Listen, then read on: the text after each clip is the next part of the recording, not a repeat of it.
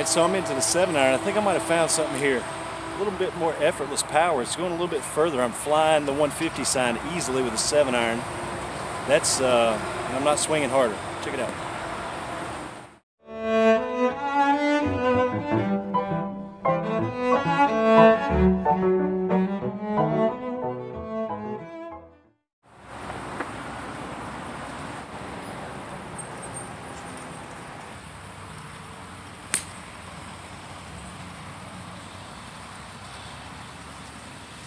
Okay, so today in honor of Jim, I am wearing my V-neck t-shirt, my khaki jeans, and I've got on some shoes that don't have any grip.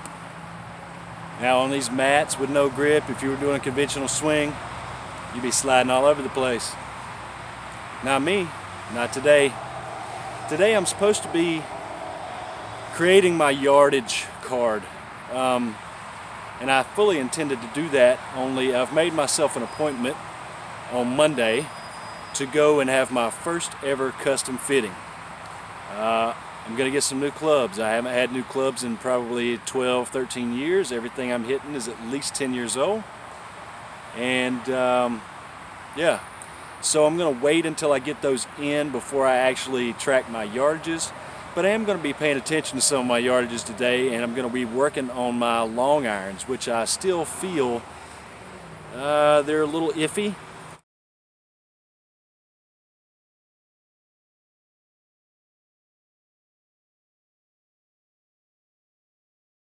And I'm also going to work on my driver 3-wood because I haven't had very much work with those. But I'm going to start out as always with some partial wedge shots, work my way up, and start with quarter, half, 3/4, wedges, 9-irons, 8-irons, things like that. Work my way up through the bag, just see how it goes.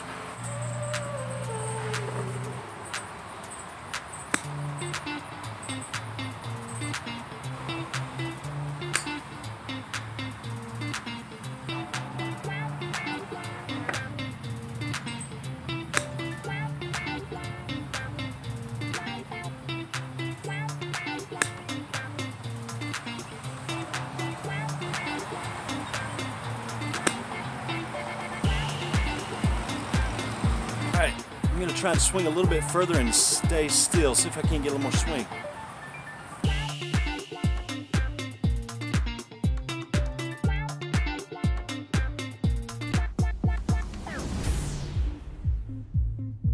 Okay, I've got 7 balls left and a 7-iron.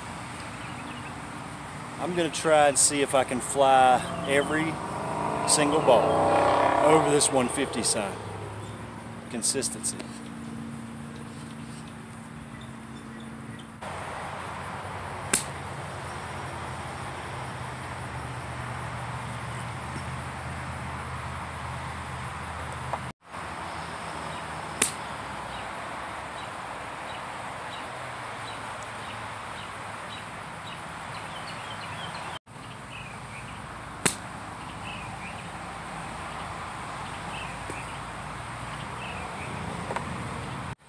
Okay, so 7 balls, 6 struck very well. The first one not struck very well, a little thin. Out of the last 6, I would have hit 4 out of 6 greens. It's much better than I was. The other 2 I just left out a little right.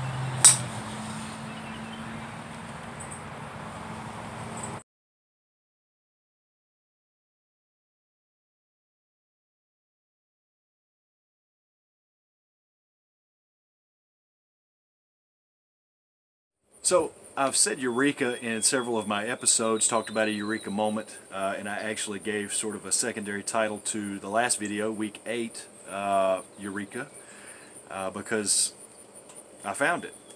And eureka actually translates into I've found it in ancient Greek. But I thought maybe I'd just take a minute to kind of tell you the origin of that phrase. A lot of you probably know the story. But also talk about a little bit of a deeper meaning to it. Archimedes was an ancient Greek scientist, mathematician. The story goes, and again it's a legend, so there's probably very little fact to it at this point, but the king at the time had been given a crown by his goldsmith that he had commissioned, and he suspected that this goldsmith had replaced a good bit, or at least part, of the gold in the crown with silver, and then covered it with gold so that he could keep some of the gold for himself, I suppose. But in trying to figure this out without destroying the crown, the king asked Archimedes, hey, take this, figure out if it's solid gold.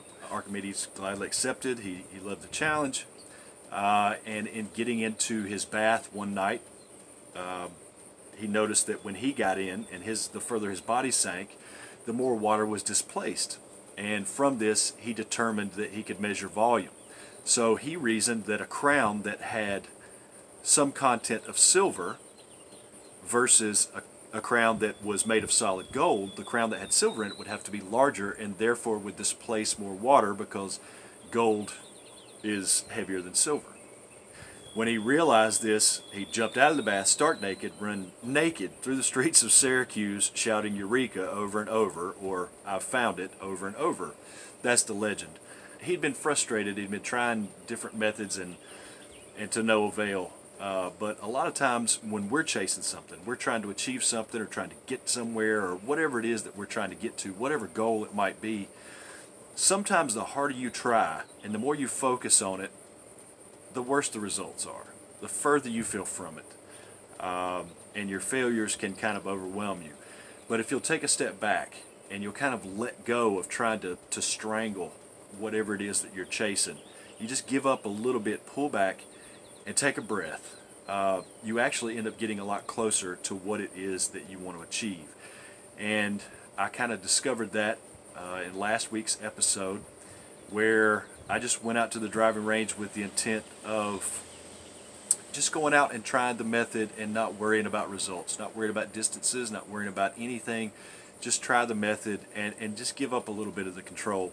And I've used that term a lot in the past, and I know that golf is a game of opposites, and it's kind of like to get control you need to give up control.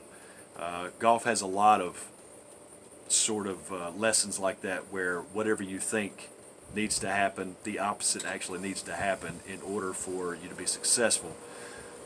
So in your own struggles and in trying to achieve whatever goal it is you're trying to achieve, give up a little bit, pull back, take a breath, go have a bath, and maybe you'll figure out a way to get to the end point that you want to get to.